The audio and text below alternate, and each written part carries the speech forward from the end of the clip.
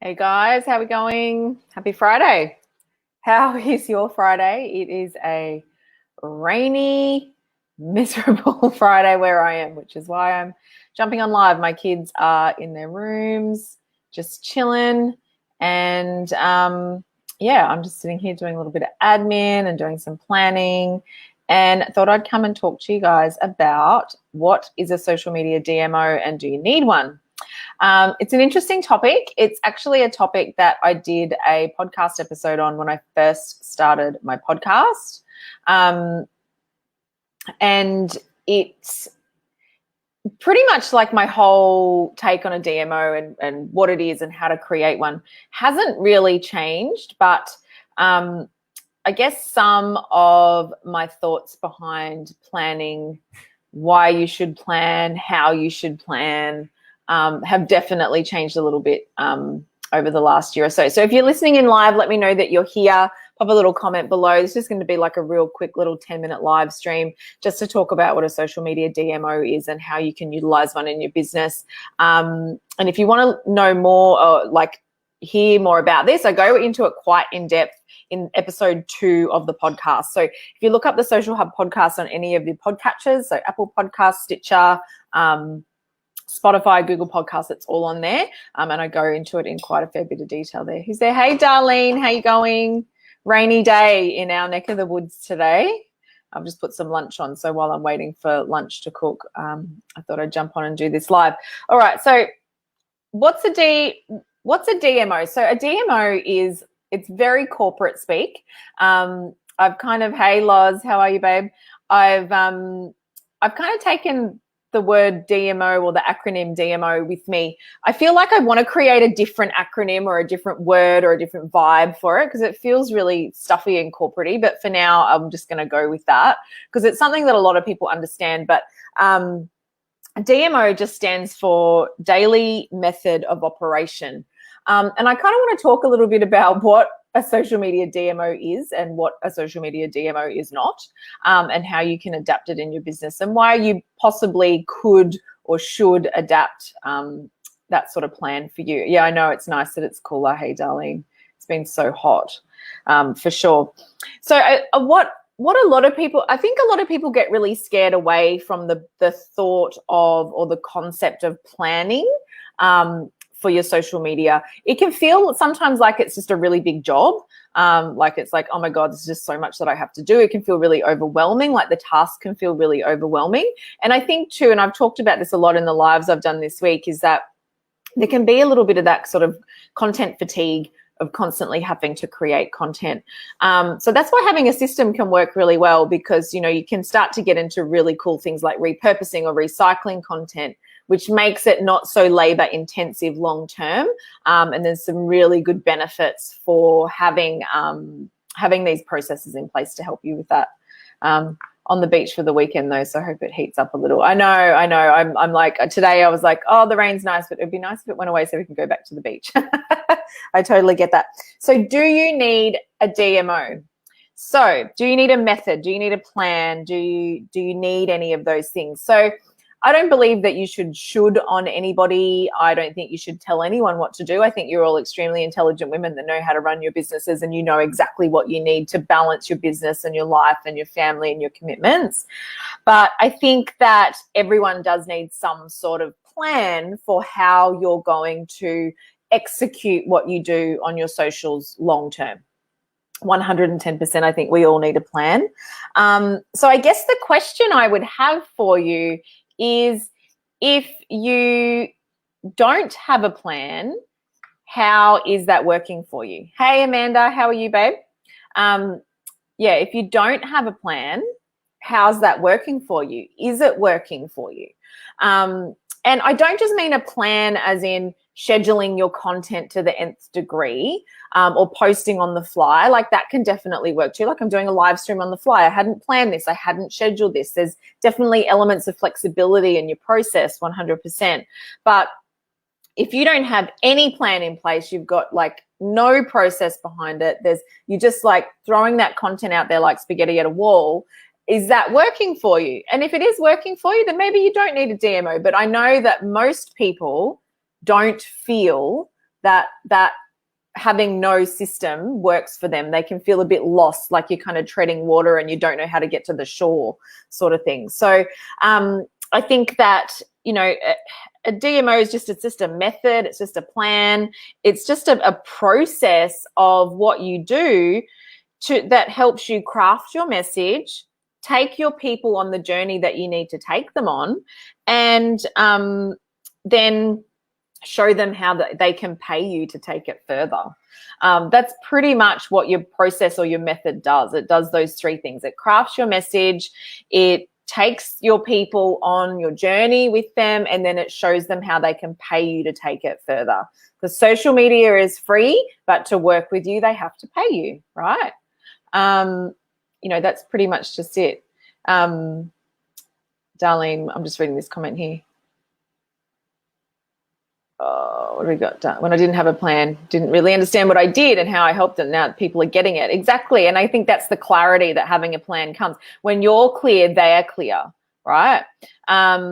What does it stands for daily method of operation. It's like it's very corporate speak. I want to come up with another acronym of my own because I don't really feel connected to it anymore. But for now, it's something simple that I do know that I can explain.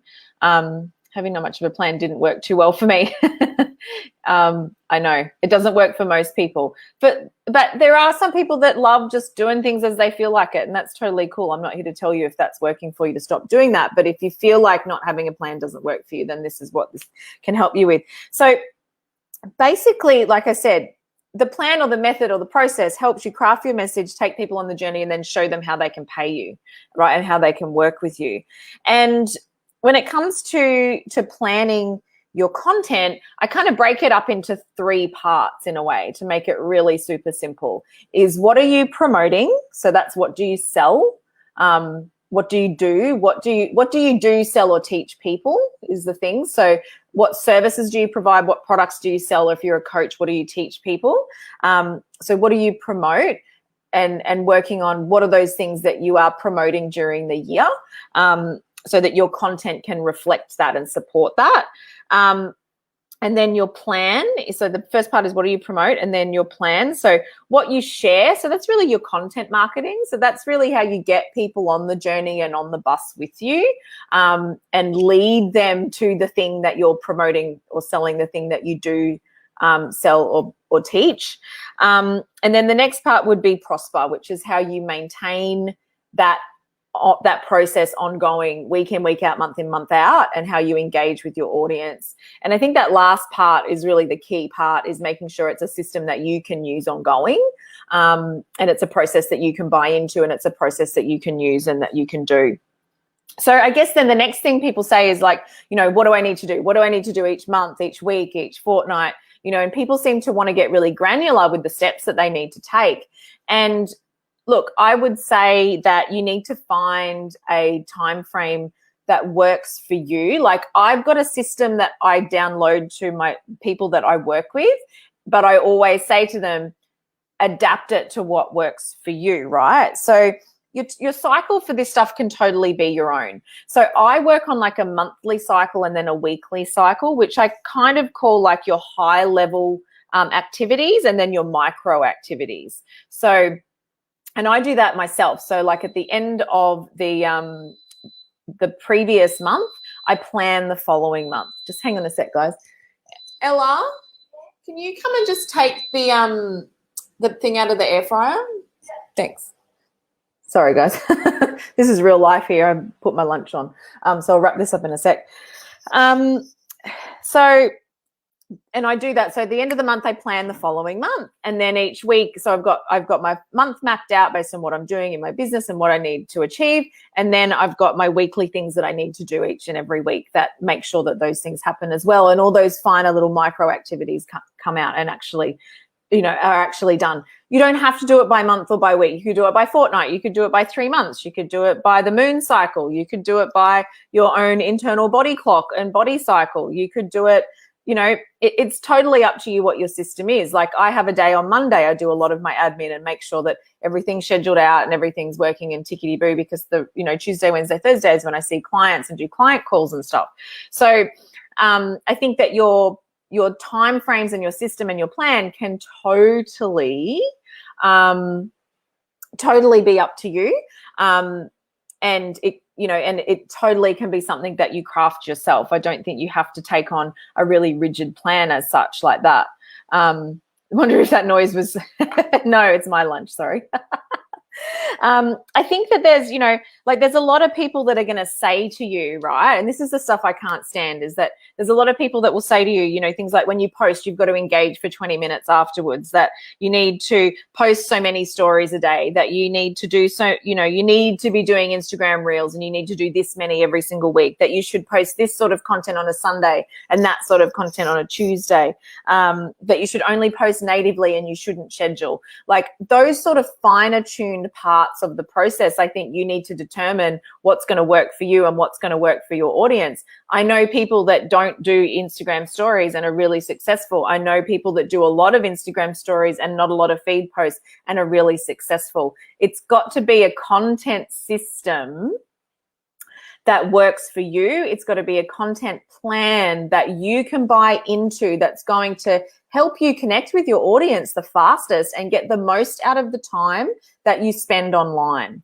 And that's definitely something I'm really passionate about. That's why you'll never hear me say something like, you need to go and spend this many minutes a day doing this, and you need to do this many reels or this many this. I have a few like basic formulas, like my 80-20 rule is probably one of my favorite, where it's, if you have a look at your content, 80% of it should be value and, and talking about what you do, sell or teach people, but 20% should be an actual call to action, buy my stuff, right? Which makes sure that you're not overselling, but it makes sure that you're not underselling as well. I know, overwhelm, right, Darlene? Like that's why I don't talk about that stuff, because I just think it's just a fast track to for people to get fatigue with what they're doing. And that's why you'll never hear me talk about that stuff. So that's why I do more like high level activities, micro activities. I put it into a system where it's monthly and then weekly, but you can obviously adapt that out into, whatever it is or however that works for you. So I guess, what is a social media DMO? It's your method, it's your plan, it's your process. Do you need one? Well, I think everyone should have a plan, but if you don't have a plan and it's working for you, keep going. But if you don't have a plan, how is that working for you? Are you getting the results that you want? And if you aren't, then let's look at helping you get one. So in the strategy program that kicks off next week, the second week is all about the system. So the system of your high level activities, your low level and micro activities, and how to put them into your routine on a consistent basis, and also how to bend and flex with it, right? Because you might put down a plan and then go, hey, I want to launch something new, and you're really jazzed about it and you're really excited about it. And you might want to, put something new in there instead. So, how can you bend and flex with it? And, how can you make it a process that's going to work for you long term? Because at the end of the day, you need to buy into your own process. If you haven't bought into your process, then you're not going to do it each week, because you're not going to be excited about it. You're not going to enjoy it. You're not going to buy into it. And then that then reflects, and that energy flows on to the content that you create. So it's definitely got to be something that works 100% for you. Lauren, I love having a plan. I love having a plan too. I love having a plan too. It works for me. Like I love freedom, right? I love freedom to be creative and to come up with new things and to bend and flex as I go.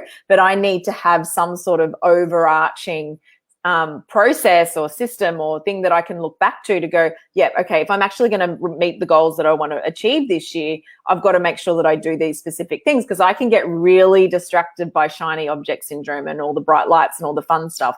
And having that plan really grounds me sometimes. Or sometimes I can sit there and go, okay, this is a little bit too overstructured, and yep, you can afford to be a bit freer now. And you can afford to be a little bit more creative and go wild a little bit if you want to. Yeah, for sure. Yeah, I think everyone does. I mean, it's just how we're kind of wired, right, as humans, is to have some sort of structure there in what we're doing. Yeah. Darlene, I love the 80-20 rule. I undersell still. I think most people do, Darlene. I think most people undersell. I think we And I think there's so much bad vibes and bad juice on selling, because there's been so many people that have done it the wrong way, and so many people that have done it badly and inauthentically and have taught us to do it badly and inauthentically, that we think that we have to do that as well, and then it feels icky and then we don't do it. So people undersell because they don't want to be seen as being that one of those people. Whereas finding a way to do it that's authentic to you means that you show up more for that process, and then you get better results because you've bought into it. So too will your audience buy into it. Because the most important thing in your sales process is that you back it 100%. If you don't back it, you won't show up for it. You'll feel icky. It'll come across in everything that you do. And then that has a flow, that energy flows on into your business for sure. Loz, I have shiny object syndrome. Me too, all the time. I'm fully aware of it. Sometimes it's my superpower because I'm open to new things. But sometimes it can be something I need to rein in as well, 100%. So yeah, so if you're someone out there listening in and you are going, yes, I need a little bit more of a system, I need a little bit more process, I need a little bit more like guidance in how to create this in my business, that's what I'm doing in strategy. So next week is all about identifying your social media strategy and your content marketing strategy as well. And then the second week is your DMO. So it's your high level activities, your micro activities, which I do like monthly and weekly, but obviously you can adapt it out. I've built a content planning and management system and also content repurposing system in Trello that everyone in strategy will get. It's worth a good $200 to $300, and it's only $122 for the strategy program. So it's well worth it just to get that. You don't have to use Trello. You could use an Excel spreadsheet, pen and paper, whatever works for you. But the system's delivered in that process of mine is delivered in a system that's totally able to be used, and you can use it with a free Trello account too. You don't need to have a paid one, which is really cool. Look shiny. I know, that's totally me. I've always been like that my whole life, but that's okay. That's okay. I think it's okay if we acknowledge it. Awareness is key. Awareness is everything. If you're aware that you do it, you can adapt to that part of yourself for sure. All right, guys, have an amazing day. Hope that helped. If you've got any more questions about planning, DMO, methods, what works for you, what doesn't work for you, pop it in the comments. Let's talk about it more. Okay, have a good day, guys. Bye.